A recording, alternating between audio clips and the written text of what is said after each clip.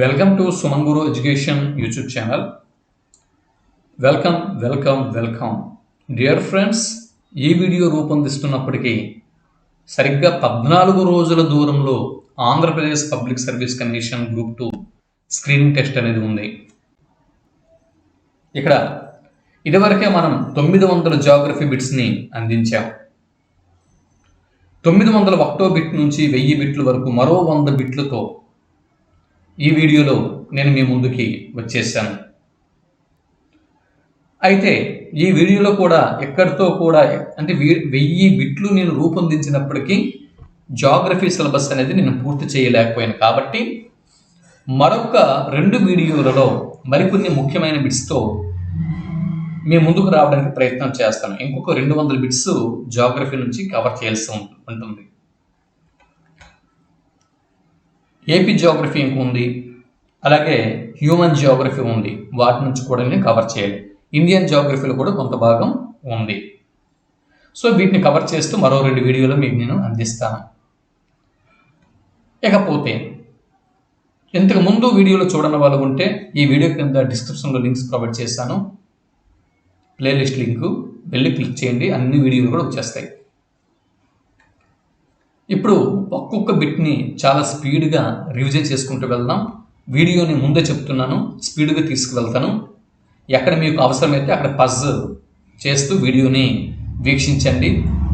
చదువుకుంటూ వెళ్ళిపోయారు అనొద్దు.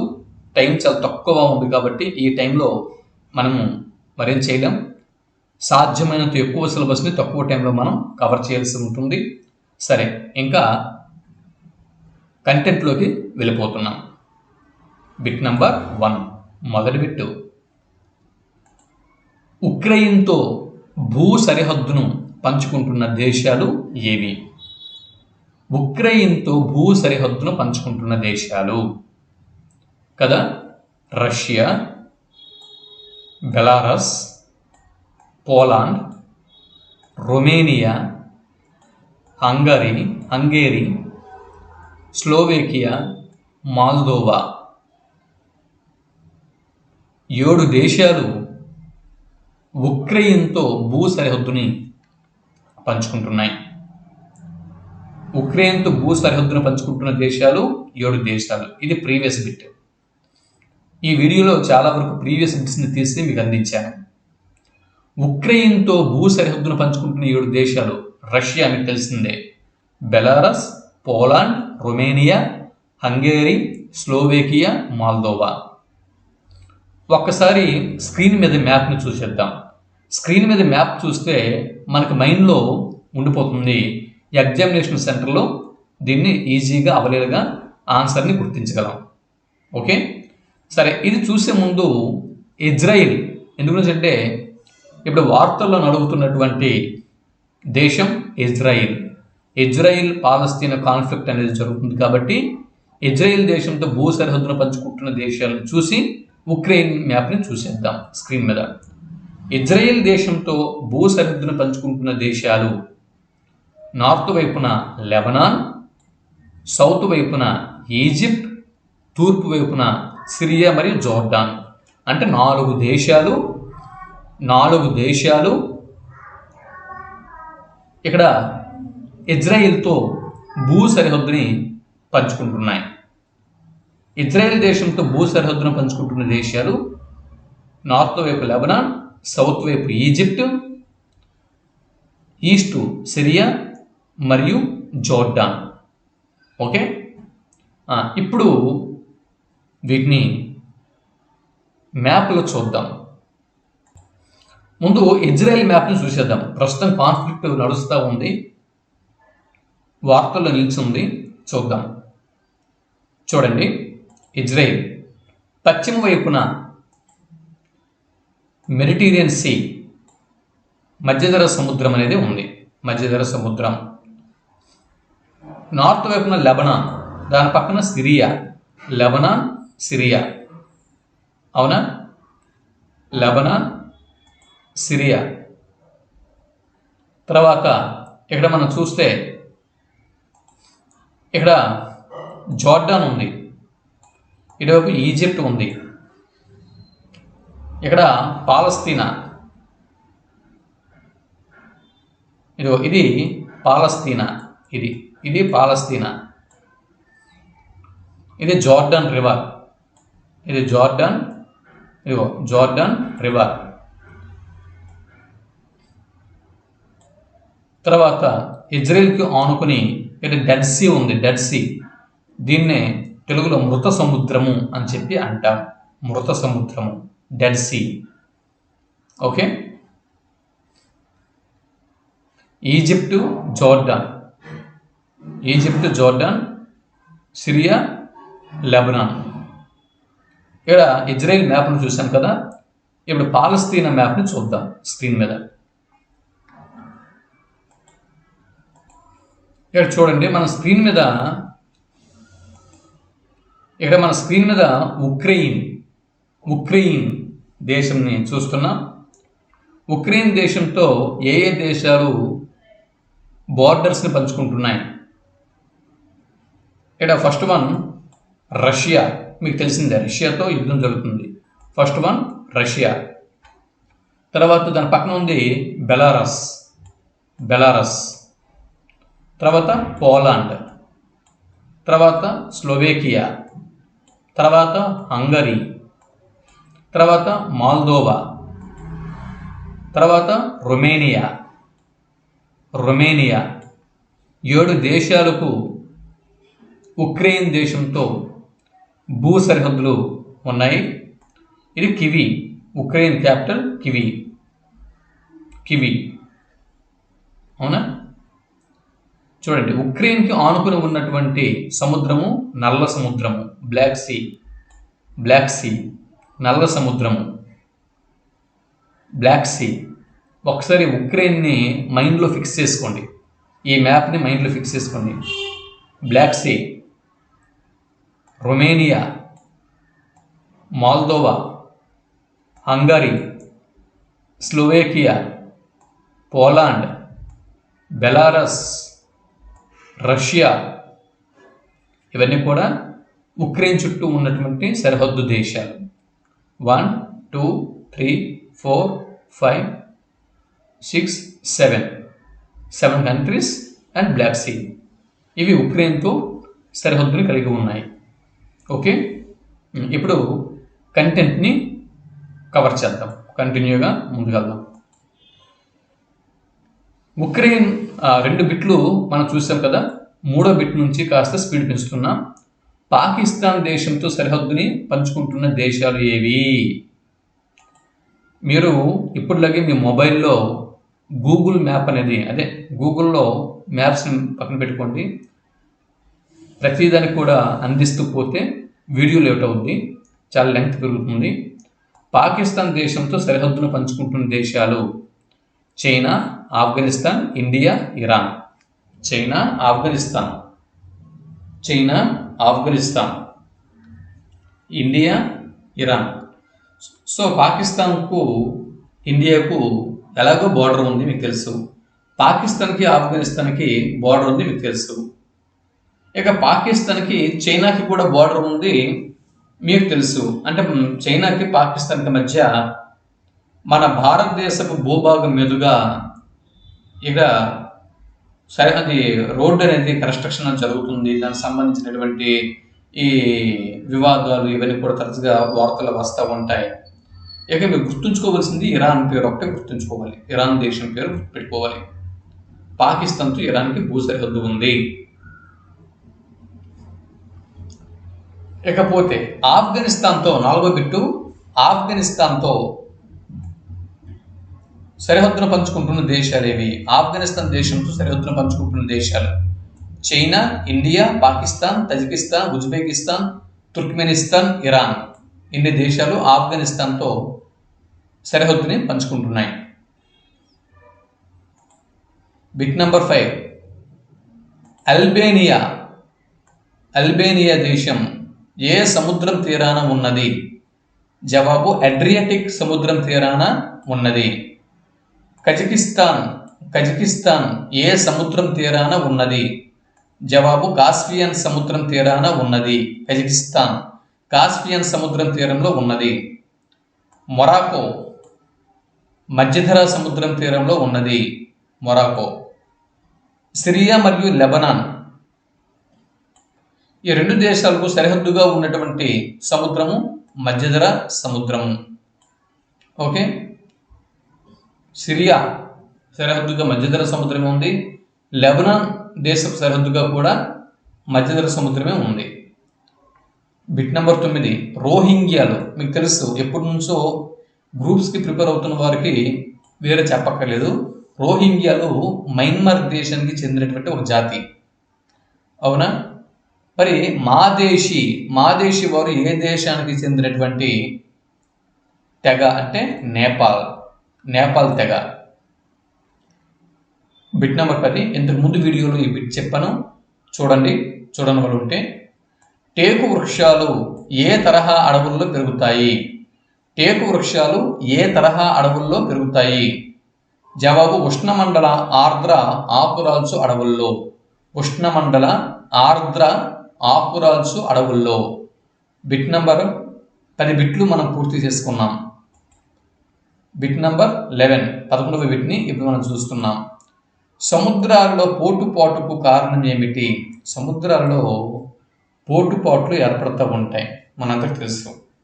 పోటుపాట్లు సూర్యచంద్రుల గురుత్వాకర్షణ శక్తి.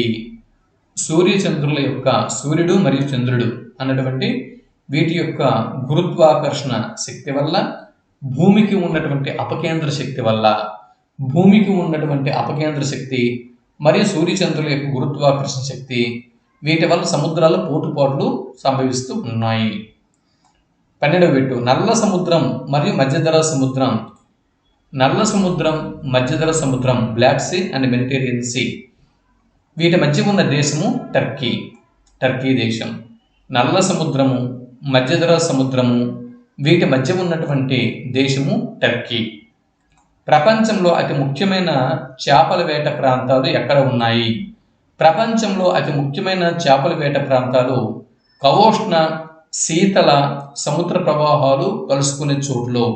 కవోష్ణ అంటే ఉష్ణమండలపు సముద్ర ప్రవాహాలు, శీతల మండలపు సముద్ర ప్రవాహాలు, ఈ రెండు మండలాలకు సంబంధించినటువంటి సముద్ర ప్రవాహాలు కలుసుకునేటటువంటి ప్రదేశాలలో చేపల వేట ప్రాంతాలు అనేవి ఎక్కువగా ఉన్నాయి.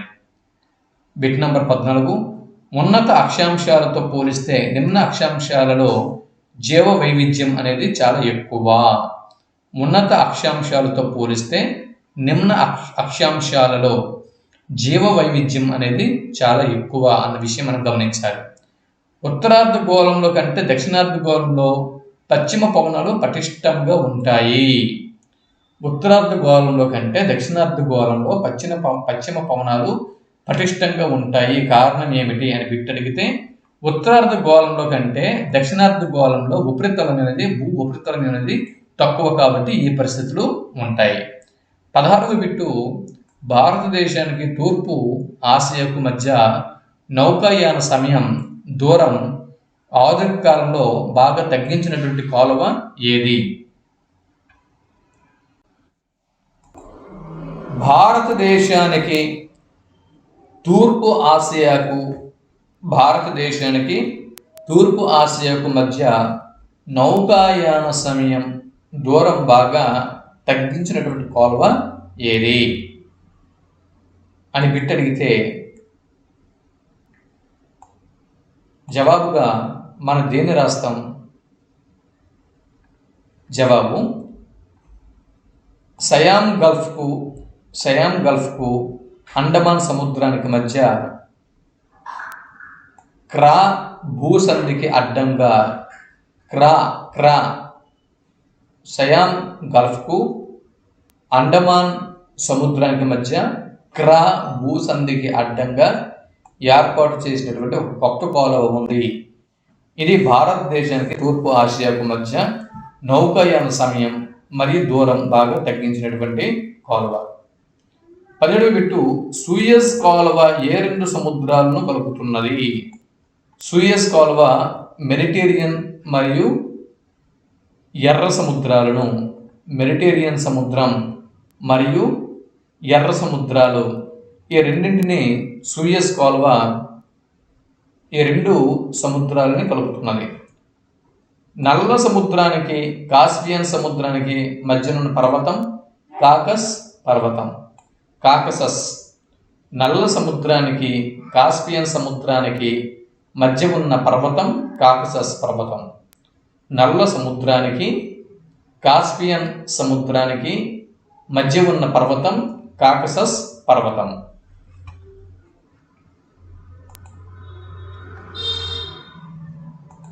Bit number 19. గ్రహాలు వాటి యొక్క ఉపగ్రహాలు మ్యాచ్ ద ఫాలోయింగ్ రూపంలో అడగవచ్చు.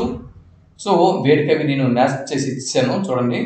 జూపిటర్ యొక్క ఉపగ్రహం గనిమెడ, సాటర్న్ యొక్క న్యాచురల్ ఉపగ్రహం టైటాన్, మార్స్ యొక్క న్యాచురల్ ఉపగ్రహం ఫోబోస్, నెప్ట్యూన్ యొక్క న్యాచురల్ ఉపగ్రహం Triton.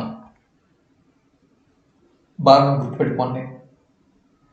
Jupiter గనిమెడ జూపిటర్కు, Titan సాటర్న్కు, Phobos మార్స్కు, Triton నెప్ట్యూన్కు, ఈ గ్రహాలకు ఇవి ఉపగ్రహాలు అన్నమాట. 20వ బిట్టు బిట్ నంబర్ 20. జెట్ వాయు ప్రవాహాలు. జెట్ వాయు ప్రవాహాలు అనేవి ఇవి ఋతుపవనాలకు సంబంధించినవి, గుర్తుపెట్టుకోండి.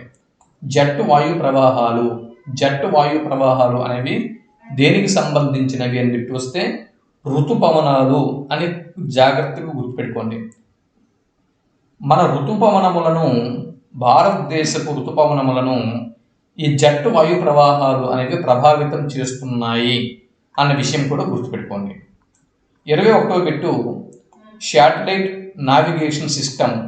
శాటిలైట్ నావిగేషన్ సిస్టమ్ కలిగిన దేశాలు చూడండి. జిపిఎస్ యుఎస్ఏకి శాటిలైట్ నావిగేషన్ ఉంది. చూడండి, యుఎస్ఏ శాటిలైట్ నావిగేషన్ పేరు జిపిఎస్. ఇండియా శాటిలైట్ నావిగేషన్ పేరు నావిక్. యూరోపియన్ యూనియన్ యొక్క శాటిలైట్ నావిగేషన్ సిస్టమ్ పేరు గెలీలియో. వీటిని జాగ్రత్తగా గుర్తుపెట్టుకోండి.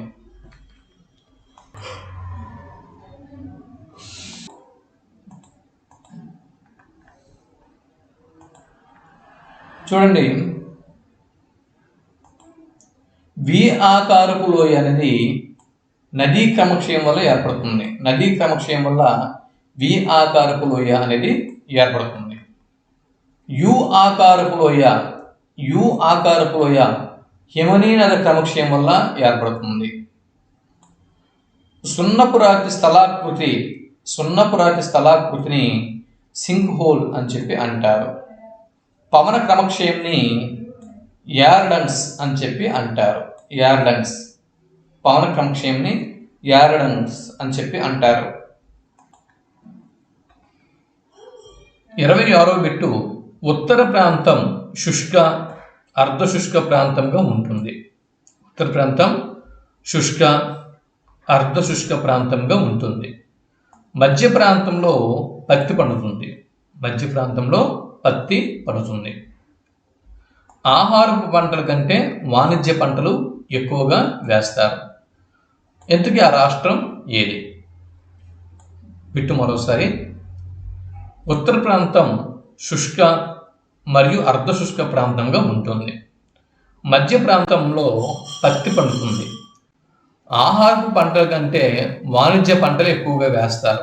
ఇంతకీ ఆ స్టేట్ ఏది? జవాబు కర్ణాటక రాష్ట్రం. జవాబు కర్ణాటక రాష్ట్రం. ఉత్తర ప్రాంతం శుష్క మరియు అర్ధశుష్క ప్రాంతంగాను, మధ్య ప్రాంతం పత్తి పంటకు అనుకూలంగాను, ఆహారపు పంటల కంటే వాణిజ్య పంటలు ఎక్కువగాను ఉండేటటువంటి రాష్ట్రం కర్ణాటక. 27వ బిట్టు బ్రహ్మపుత్ర నది టిబెట్లో పుడుతుంది. బ్రహ్మపుత్ర నది టిబెట్లో పుడుతుంది. మా అందరూ తెలుసు. ఇది భారతదేశంలోకి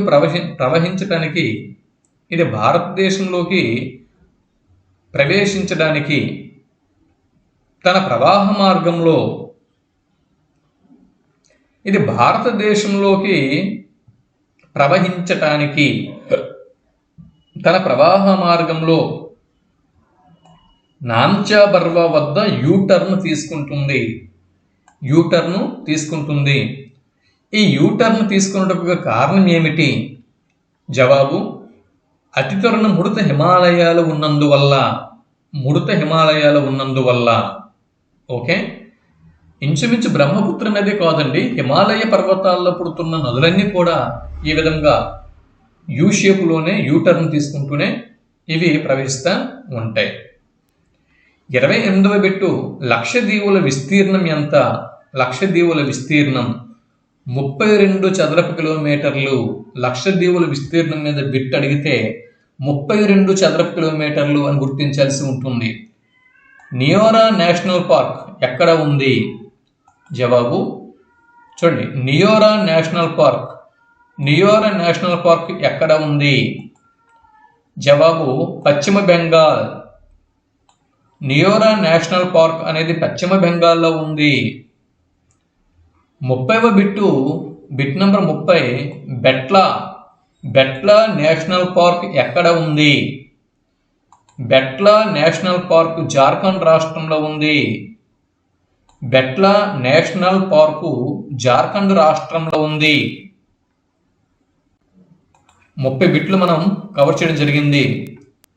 31వ బిట్టు, దేశంలో సుసంపన్నమైన జీవ వైవిధ్యానికి ప్రసిద్ధి చెందిన భారతదేశంలోని పెద్ద మంచినీటి సరస్సు, భారతదేశంలోని అతిపెద్ద మంచినీటి సరస్సు ఏది? జమ్మూ కాశ్మీర్లో ఉన్నటువంటి ఊలార్ సరస్సు. 32వ బిట్టు, 2020లో ఇనుప ఖనిజం ఉత్పత్తిలో ప్రపంచంలో భారతదేశం స్థానం ఎంత? జవాబు 4వ స్థానం. 2020లో ఇనుప ఖనిజం ఉత్పత్తిలో ప్రపంచంలో భారతదేశం యొక్క స్థానం 4వ స్థానం. 33వ బిట్టు ఇప్పుడు మనం చూస్తున్నాం. బిట్ నంబర్ 33, సిమెంట్ తయారీలో ఉపయోగించే ఏ అలోహ ఖనిజాల ఉత్పత్తిలో భారతదేశం ప్రధాన ఉత్పత్తిదారుగా ఉంది? సిమెంట్ తయారీలో ఉపయోగించే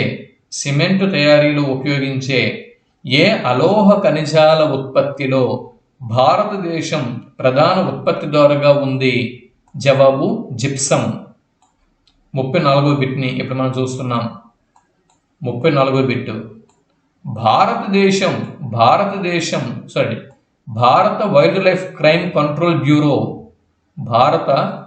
wild life crime control bureau ప్రధాన కార్యాలయం ఎక్కడ ఉంది?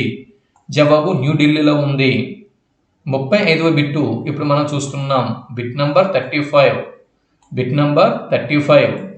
Indian minerals year book 2021 Indian minerals year book 2021 ప్రకారం రాగి ధాతువు యొక్క అతిపెద్ద నిల్వలు కలిగి ఉన్న రాష్ట్రం ఏది? జవాబు Rajasthan. Indian minerals year book 2021 ప్రకారం రాగి ధాతువు యొక్క అతిపెద్ద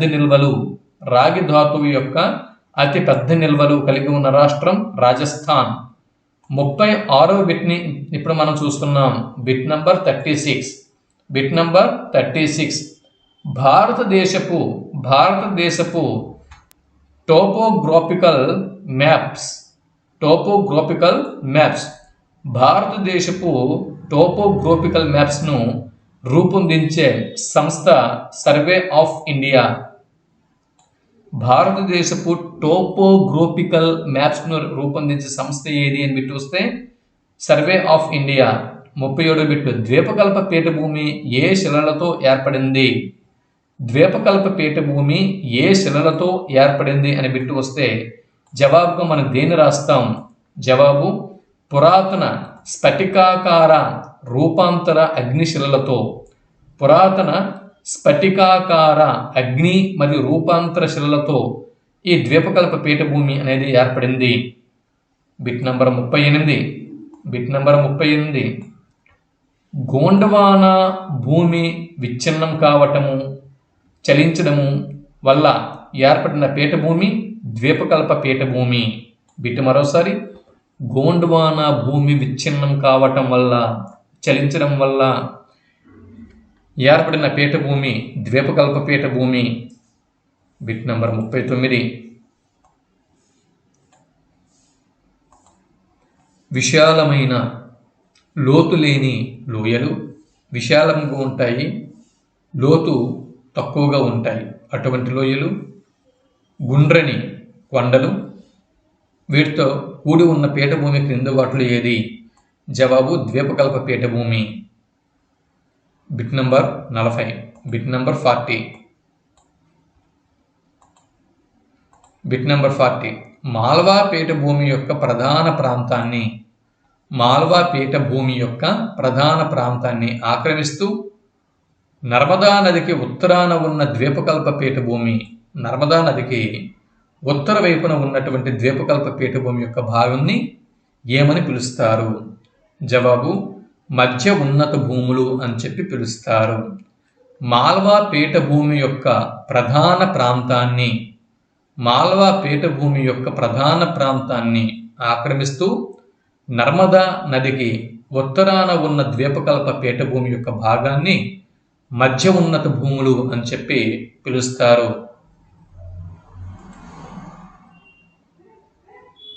41వ బిట్టు, తూర్పు కనుమలకు ఆగ్నేయంగా ఉన్న కొండలు ఏవి? తూర్పు కనుమలకు ఆగ్నేయంగా ఉన్న కొండలు శవరయ్య కొండలు, జావడి కొండలు. తూర్పు కనుమలకు ఆగ్నేయంగా ఉన్న కొండలు కింది వాటిలో ఏవి గుర్తించండి అని బిట్టు వస్తే సవరయ్య కొండలు, జావడి కొండలు అని చెప్పి అంటారు. లేదా శవరయ్య కొండలు, జావడి కొండలు ఎక్కడ ఉన్నాయి గుర్తించండి అని బిట్టు వస్తే తూర్పు కనుమలకు ఆగ్నేయంగా అనే ఆప్షన్లో ఒక ఆప్షన్ ఉంటే దీన్ని మనం సరైన జవాబుగా గుర్తించాల్సి ఉంటుంది. 42వ బిట్టు, థార్ ఎడారిలో బార్కన్లు చాలా చోట్ల విస్తరించి ఉన్నాయి. ఎందుకు బార్కన్లు అనగా? థార్ ఎడారిలో బార్కన్లు చాలా చోట్ల విస్తరించి ఉన్నాయి. ఎందుకు బార్కన్లు అనగా? అర్ధచంద్రాకారపు దెబ్బలు, అర్ధచంద్రాకారపు దెబ్బలు. 43వ బిట్టు, మహానది డెల్టాకు దక్షిణ వైపున ఒడిషా రాష్ట్రంలో ఉన్న భారతదేశంలోనే అతిపెద్ద సరస్సు చిలకా సరస్సు. ఓకే, మహానది డెల్టాకు దక్షిణాన ఉంది, ఒడిశా రాష్ట్రంలో ఉంది, భారతదేశంలోనే అతిపెద్ద సరస్సు చిలకా సరస్సు. 44వ బిట్టు, పగడపు దీవుల సముదాయము అని లక్షద్వీపులని అంటారు. లక్షద్వీపులకు ఆ పేరుని 1973వ సంవత్సరంలో పెట్టారు. ఇదొక బిట్ అండి. లక్షద్వీపులకు ఆ పేరుని 1973వ సంవత్సరంలో ఫిక్స్ చేశారు. ఈ మధ్య ప్రధానమంత్రి నరేంద్ర మోడీ గారు లక్షద్వీపులు పర్యటన చేసి లక్షద్వీపులకు ఈ మధ్య వార్తల్లో చోటుని ప్రసాదించారు. కాబట్టి లక్షద్వీపులకు ఆ పేరుని ఎవరు పెట్టారు? 1973లో పెట్టారు. 73లో పెట్టారు. అంతకుముందు వీటిని లక్క దీవులు, మినకాయ్ దీవులు, ఆమీన్ దీవులు అని చెప్పి అనేవారు అని మనం జవాబు గుర్తుంచుకోవలసి ఉంటుంది. అంతకుముందు వీటిని లక్క దీవులని, మినకాయ్ అని, ఆమీన్ దీవులని పిలిచేవారు. లక్షద్వీపుల్లో పెట్ట ద్వీపం ఉందండి. లక్షద్వీపుల్లో పిట్టి ద్వీపం ఇది లక్షద్వీపుల్లో ఉన్నటువంటి పిట్టి ద్వీపం పక్షుల అభయారణ్యం ఇక్కడ ఒకటి ఉంది. ఇదొక బిట్టు. 47 బిట్టు, ప్రపంచంలోని అతిపెద్ద నదీ పరివాహక ప్రాంతం ఏది? ప్రపంచంలోని అతిపెద్ద నదీ పరివాహక ప్రాంతం అని బిట్ అడిగితే అమెజాన్ నదీ పరివాహక ప్రాంతం అని జవాబు గుర్తించాల్సి ఉంటుంది. ప్రపంచంలోనే అతిపెద్ద నదీ పరివాహక ప్రాంతం అమెజాన్ నదీ పరివాహక ప్రాంతం. గార్జీలు ఎలా ఏర్పడతాయి? నదులు పర్వతాలను కోతకు గురి చేయటం వల్ల. 49వ బిట్టు, టిబెట్లో మానస సరోవరం వద్ద జన్మించిన సింధు నది. టిబెట్లోని మానస సరోవరం వద్ద జన్మించిన సింధు నది భారతదేశంలో ఎక్కడ ప్రవేశిస్తుంది? జవాబు లడఖ్ వద్ద. ఓకే. 50వ బిట్టు, జష్కర్, నుబ్రా, ష్యోక్, హ్యుంజ అనేవి ఏ నది యొక్క ఉపనదులు? సింధు నదికి ఉపనదులు. సింధు నదికి రావి, బిఎస్, సట్లెజ్, జీలం, చీనాబ్ ఈ 5 నదులు ఉపనదుల విషయం మనకు తెలుసు. అదే కాకుండా జష్కర్, నుబ్రా, ష్యోక్, హ్యూంజ అనేవి ఈ నదులు మీద బిట్టు అడిగితే మనం కన్ఫ్యూజ్ అయ్యి తప్పు పెట్టే ఛాన్స్ ఉంది. కాబట్టి 50వ బిట్టు గుర్తుపెట్టుకోండి. ఓకేనా? కొంచెం వీడియో స్పీడ్గా వెళ్తుంది, టైం లేదు. 51వ బిట్టు, బాల్టిస్తాన్ గిల్గిట్ ప్రాంతాలు. గిల్గిట్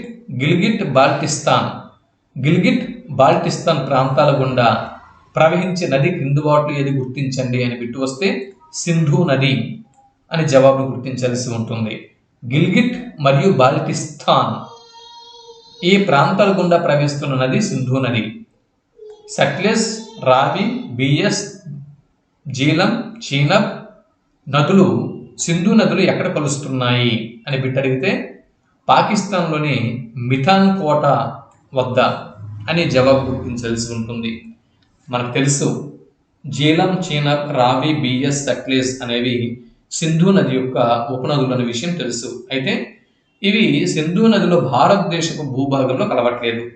పాకిస్తాన్కు వెళ్ళి అక్కడ మిథాన్ కోట్ అనే ప్రదేశంలో సింధు నదిలో కలుస్తున్నాయి. అలా కలిసి సింధు నది అరేబియా సముద్రంలో కలుస్తుంది.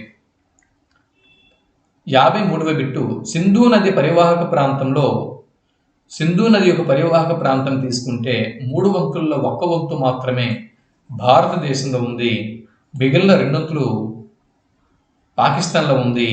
మరి ఇంతకీ ఆ 1 వంతు సింధు నది పరివాహక ప్రాంతం ఏ రాష్ట్రాల్లో విస్తరించి ఉంది అంటే లడఖ్, జమ్మూ కాశ్మీర్, హిమాచల్ ప్రదేశ్, పంజాబ్. 54వ బిట్టు, సింధు నది జలాల ఒప్పందం 1960వ సంవత్సరంలో జరిగింది. సింధు నది జలాల ఒప్పందం అనేది 1960వ సంవత్సరంలో జరిగింది. 1960 సింధు నది జలాల ఒప్పందం ప్రకారం భారతదేశం ఎంత నీటిని మాత్రమే ఉపయోగించుకోవాల్సి ఉంటుంది? 1960లో సింధు నది జలాల ఒప్పందం ప్రకారం భారతదేశం 20% నీటిని మాత్రమే సింధు నది జలాలను ఉపయోగించుకోవాల్సి ఉంటుంది. 56వ బిట్ని ఇప్పుడు మనం చూస్తున్నాం. గంగా నది భారతదేశంలో మైదానంలోకి ప్రవేశించే ప్రదేశం పేరు హరిద్వార్. గంగా నదికి గల ప్రధాన ఉపనదులు ఘాగ్రా నది, కోసి నది, గండక్ నది, యమున నది. యమున, ఘాగ్రా, కోసి, గండక్. 58వ బిట్టు, ఘాగ్రా, కోసి, గండక్ ఏ దేశపు హిమాలయాలలో జన్మిస్తున్నాయి? జవాబు నేపాల్ హిమాలయాల్లో జన్మిస్తున్నాయి. ఘాగ్రా జన్మస్థలం నేపాల్, కోసి నది జన్మస్థలం నేపాల్, గండక్ నది జన్మస్థానం నేపాల్. ఈ 3 కూడా నేపాల్ హిమాలయాల్లో పుడుతున్నాయి. 59వ బిట్టు, చంబల్, బెత్వా, సోన్ నదులు అనేవి ద్వీపకల్ప ఉన్నత భూముల నుంచి వస్తున్న ప్రధాన నదులు. చూడండి, క్రింది వాటిలో ద్వీపకల్ప ఉన్నత భూముల నుంచి పుడుతున్నటువంటి ప్రధాన నదులు ఏవి అని బిట్టు వస్తే చంబల్, బెత్వా, సోన్ నది ద్వీపకల్పంలో ఉన్నత భూముల్లో పుడుతుంది. బెత్వా, చంబల్ ఇవి కూడా. బిట్ నెంబర్ 60, గంగా నది యొక్క కాలుష్యాన్ని తగ్గించేందుకు నమామి గంగా అనే సమగ్ర పరిరక్షణ కార్యక్రమం ఎప్పుడు ప్రారంభించారు? భారతదేశంలో గంగా నది యొక్క కాలుష్యంని తగ్గించేందుకు నమామి గంగా అన్నటువంటి సమగ్ర పరిరక్షణ కార్యక్రమంని 2014వ సంవత్సరము జూన్ నెలలో ప్రారంభించారు. 2014 జూన్ నెలలో దీన్ని ప్రారంభించారు, నమామి గంగా అన్న కార్యక్రమంని. 60 బిట్లని మనం పూర్తి చేసుకున్నాం. 61వ బిట్ని ఇప్పుడు మనం చూస్తున్నాం. గంగా నది డెల్టాకు ఉత్తరాన ఉన్న చిట్ట చివరి ప్రదేశం ఏది? గంగా నది డెల్టాకు ఉత్తరాన ఉన్న చిట్ట చివరి ప్రదేశం ఫరక్కా. గంగా నది డెల్టాకు ఉత్తరాన ఉన్న చిట్ట చివరి ప్రదేశం ఫరక్కా. 62వ బిట్టు, ఫరక్కా వద్ద గంగా నది రెండుగా చీలిపోతుంది. అందులో ప్రధాన భాగం బంగ్లాదేశ్లోకి ప్రవేశిస్తుంది. బంగ్లాదేశ్లో గంగా నదితో బ్రహ్మపుత్ర నది కలుస్తుంది. చూడండి, ఇదంతా మనకు తెలుసు, మళ్ళీ చూడండి, కన్ఫ్యూజ్ అవ్వండి. ఫరక్కా అన్న ప్రదేశంలో వెస్ట్ బెంగాల్ ఫరక్కా వద్ద గంగా నది రెండు పాయలుగా చీలిపోతుంది. ఇది ఒక బిట్టు. గంగా నది 2 పాయలుగా చీలిపోయే ప్రదేశం ఫరక్కా. అందులో ప్రధాన పార్ట్ ఏదైతే ఉందో అది బంగ్లాదేశ్ దేశంలోకి ప్రవేశిస్తుంది. బంగ్లాదేశ్లో గంగా నది ప్రవేశించిన తర్వాత గంగా నదితో బంగ్లాదేశ్ అనేటువంటి ఈ దేశంలో బ్రహ్మపుత్ర నది అక్కడ గంగా నదితో జతకడుతుంది. బ్రహ్మపుత్ర నది వెళ్ళి గంగా నదిలో కలుస్తుంది. అటు తర్వాత ఈ బ్రహ్మపుత్ర ప్లస్ గంగా నది, ఈ 2 నదులు కూడా ప్రవహించేటటువంటి ఈ నదీ ప్రవాహంని మేఘన అని చెప్పి అంటారు. అయితే మరి గంగా నది యొక్క మరో పాయ ఏది? సరే, గంగా నది ఫరక్కా వద్ద 2 పాయలుగా చీలిపోతుంది.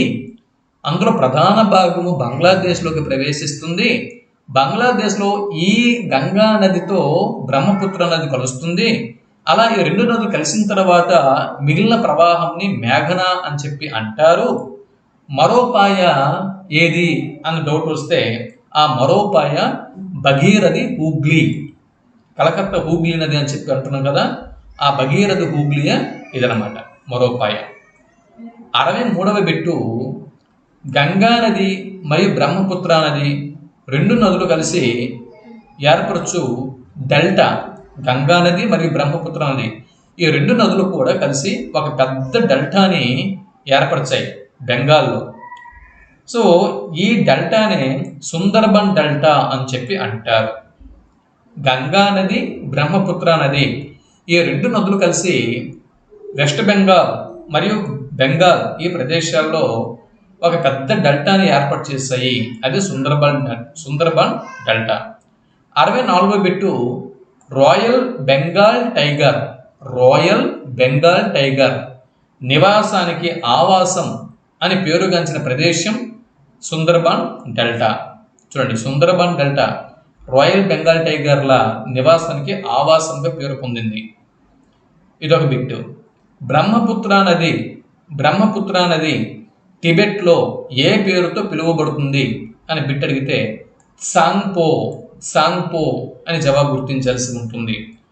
66వ బిట్టు, బ్రహ్మపుత్ర నది బంగ్లాదేశ్లో ఏ పేరుతో పిలువబడుతుంది? జవాబు జమున. 67వ బిట్టు, బ్రహ్మపుత్ర నది అరుణాచల్ ప్రదేశ్లో ఏ పేరుతో పిలువబడుతుంది? జవాబు దిహాంగ్. 68వ బిట్టు, బ్రహ్మపుత్ర నది అస్సాంలో ఏ పేరుతో పిలువబడుతుంది? జవాబు బ్రహ్మపుత్ర. 69వ బిట్టు, తన ప్రవాహ మార్గంని తరచుగా మార్చుకుంటూ పోతున్న నది ఏది?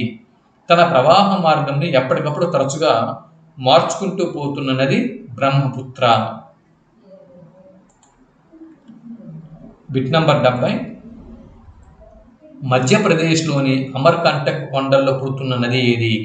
మధ్యప్రదేశ్లోని అమరకంటక్ కొండల్లో పుడుతున్న నది నర్మదా నది. మధ్యప్రదేశ్లోని అమరకంటక్ కొండల్లో పుడుతున్న నది నర్మదా నది. పగులు లోయ గుండా పడమరకు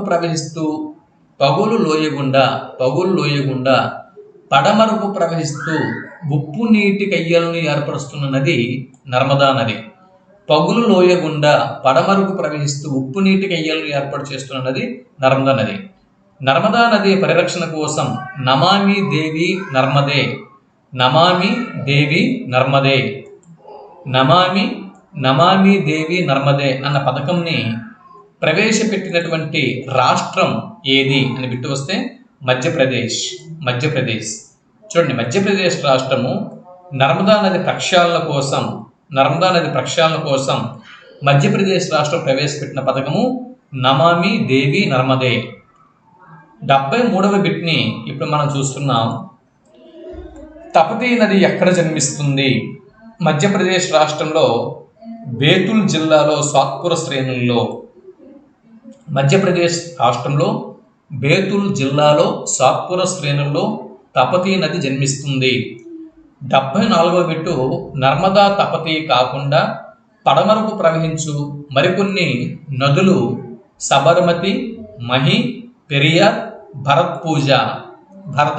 చూడండి, నర్మదా నది పశ్చిమ వైపుకి ప్రవహిస్తుంది, తపతీ నది పశ్చిమ వైపుకి ప్రవహిస్తుంది.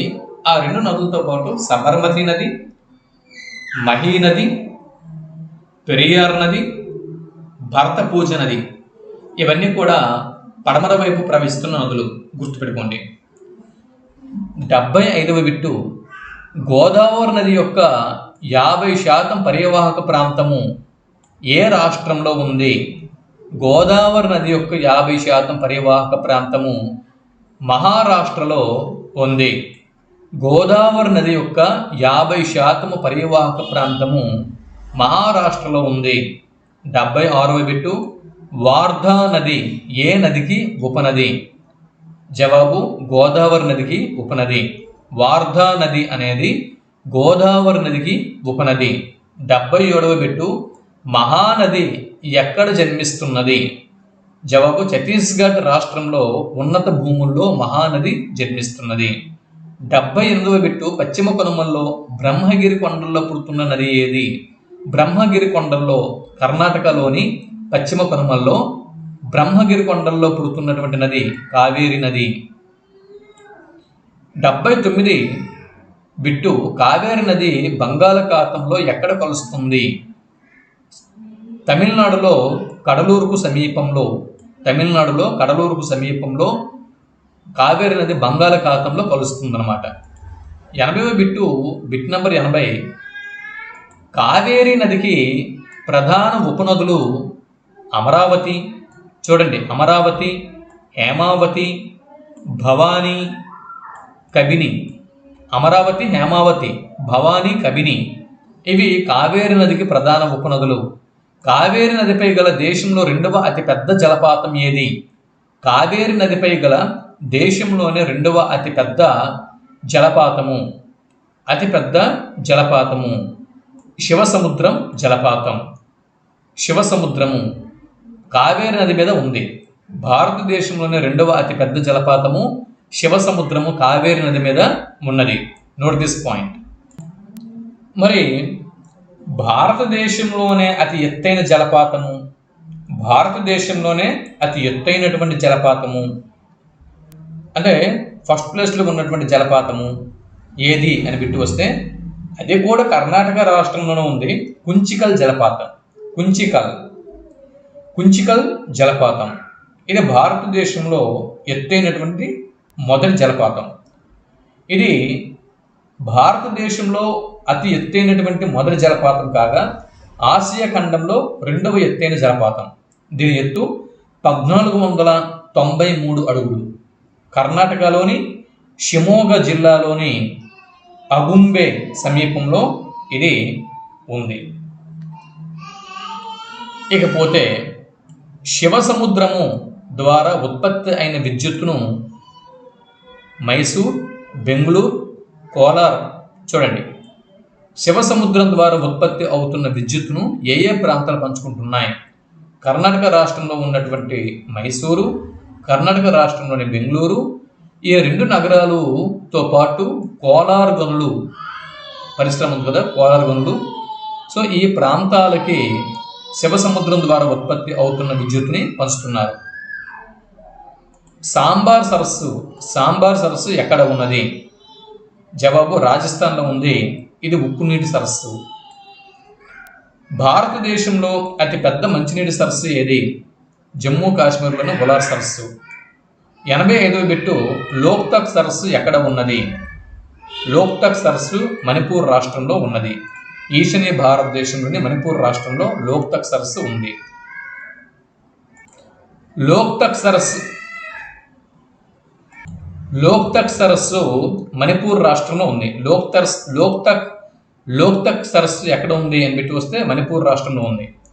దాల్ సరస్సు ఇది జమ్మూ కాశ్మీర్లో శ్రీనగర్ సమీపంలో ఉంది. గోవింద్ సాగర్ సరస్సు, ఇవన్నీ ఎందుకు స్పీడ్ తీసుకెళ్తున్నానంటే కొన్ని బిట్లు ఇంతకుముందు వీడియోలో కవర్ చేస్తానండి, అందుకే స్పీడ్ తీసుకెళ్తున్నా. గోవింద్ సాగర్ సరస్సు హిమాచల్ ప్రదేశ్లోని బిలాస్పూర్లో ఉంది. హిమాచల్ ప్రదేశ్లోని బిలాస్పూర్లో గోవింద్ సాగర్ సరస్సు ఉంది. భారతదేశంలో మొట్టమొదటి కాటన్ పరిశ్రమ ఎక్కడ స్థాపించబడింది? భారతదేశంలో మొట్టమొదటి కాటన్ పరిశ్రమ 1800 చూడండి ఇక్కడ 88 బిట్టు కాస్త ఇది సరిదిద్దుకోండి. భారతదేశంలోని మొట్టమొదటి కాటన్ పరిశ్రమ చూడండి, ఇది బొంబై కాదండి, Calcutta 1818లో west Bengal 1810లో west Bengal.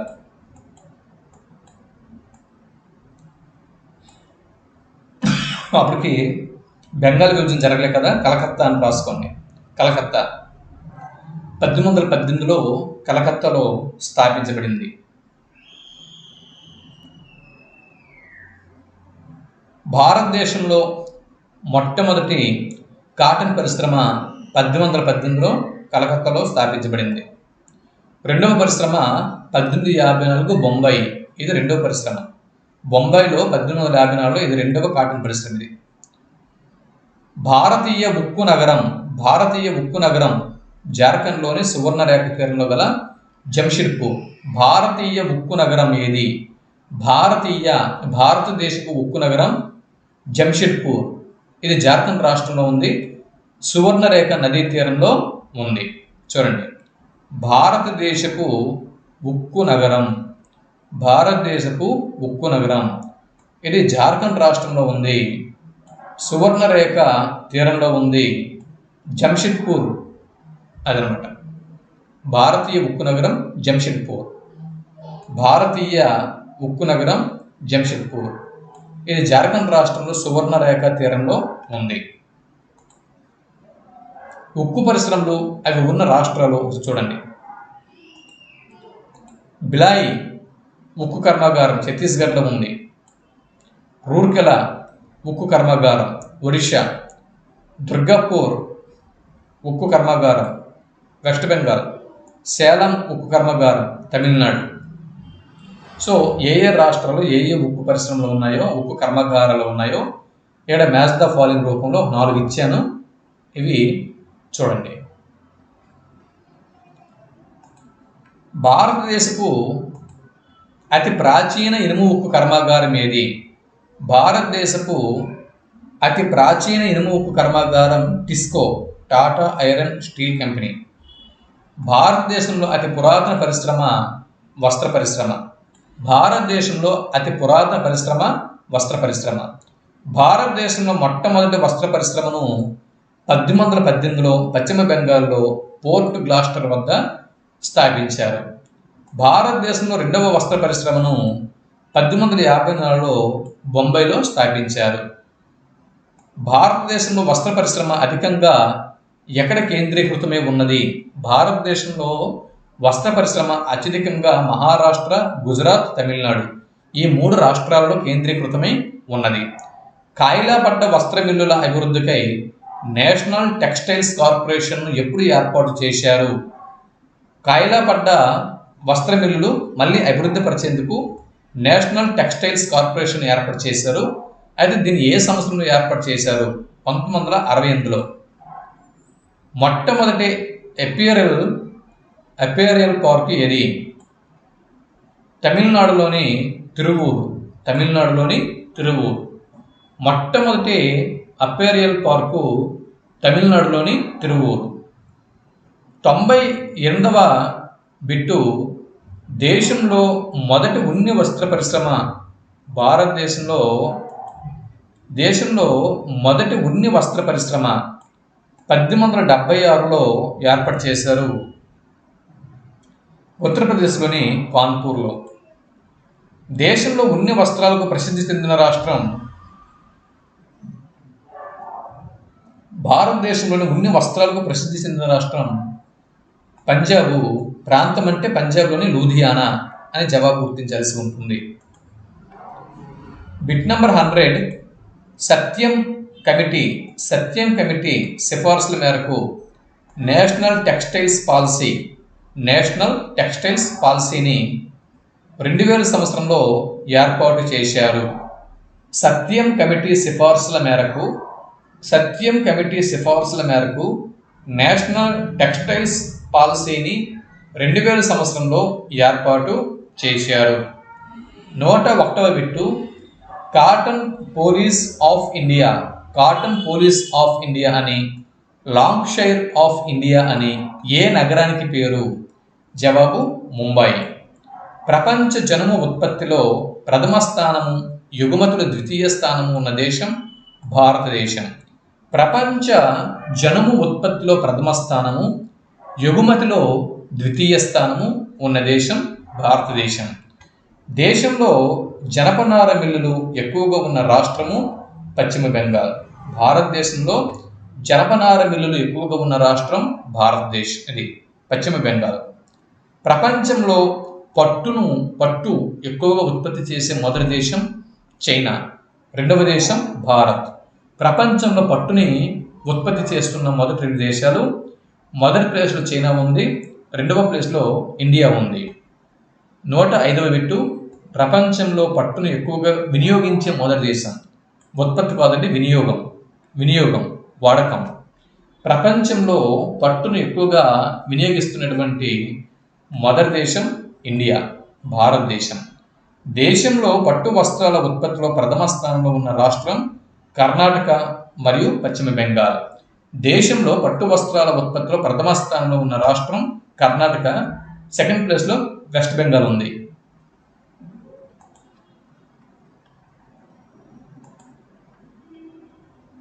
107వ bit, పట్టు యొక్క రకాలు. మల్బారీ పట్టు అత్యంత క్వాలిటీ గల పట్టు మల్బారీ పట్టు. ఇందులో 74% పట్టు అనేది ఉంటుంది. టస్సార్ పట్టు, సెకండ్ క్వాలిటీ టస్సార్ పట్టు, థర్డ్ క్వాలిటీ ఈరీ పట్టు, ఫోర్త్ క్వాలిటీ ముంగా పట్టు. ఇది మల్బారీ, టస్సార్, ఈరీ, ముంగా. క్వాలిటీ చూడండి, పర్సంటేజ్ బట్టి క్వాలిటీ ఉంటుంది. వ్యవసాయ ఆధార పరిశ్రమల్లో వస్త్ర పరిశ్రమ తర్వాత రెండవ పెద్ద పరిశ్రమ పంచదార పరిశ్రమ. దేశంలో మొదటి పంచదార మిల్లును 1824వ సంవత్సరంలో ఒడిశాలోని ఆస్కా వద్ద స్థాపించారు. పంచదార పరిశ్రమలు ఎక్కువగా కేంద్రీకృతమై ఉన్నటువంటి రాష్ట్రాలు Uttar Pradesh, Maharashtra, Tamil Nadu, Andhra Pradesh. UP, MR, TN, AP. 111వ బిట్టు, ప్రస్తుతం పంచదార ఉత్పత్తిలో దేశంలో ప్రథమ స్థానంలో ఉన్న రాష్ట్రము మహారాష్ట్ర. అంతరిక్ష నౌకలకు ఇంధనాన్ని అందించే ఆంధ్ర షుగర్ ఫ్యాక్టరీని 1952లో ఎక్కడ స్థాపించారు? వెస్ట్ బెంగాల్లోని తణుకులో. షుగర్ బౌల్ ఆఫ్ ఇండియా అని ఏ రాష్ట్రానికి పేరు? జవాబు ఉత్తరప్రదేశ్కి. Indian institute of sugar technology ఎక్కడ ఉన్నది? ఉత్తరప్రదేశ్లోని కాన్పూర్. ఆసియా ఖండంలోని అతిపెద్ద షుగర్ ఫ్యాక్టరీ మూతపడింది, ఇంతకీ అది ఏది? బోధాన్లోని నిజాం షుగర్ ఫ్యాక్టరీ. ఇవ్వండి 115 బిట్లు. నేను చాలా స్పీడ్గా ఇచ్చాను, చదువుకుంటూ వెళ్ళిపోయినా విషయం నాకు తెలుసు. అయితే సమయం లేదు. దీని తర్వాత ఇండియన్ సొసైటీ, కరెంట్ అఫైర్స్, ఈ బిట్స్ అన్ని కూడా మనం కవర్ చేయాల్సి ఉంది కాబట్టి కాస్త స్పీడ్గానే చదువుకుంటూ వెళ్ళిపోతున్నాను. మీకు ఎక్కడ అవసరమైతే అక్కడ వీడియో పది చేయండి, పది చేసి వాటిని వినండి, చూడండి. అవసరమైతే video second time, third time play చేయండి. మళ్ళీ మరో బిట్లో మరింత కంటెంట్తో మళ్ళీ కలుద్దాం. అంతవరకు సెలవు. నమస్తే.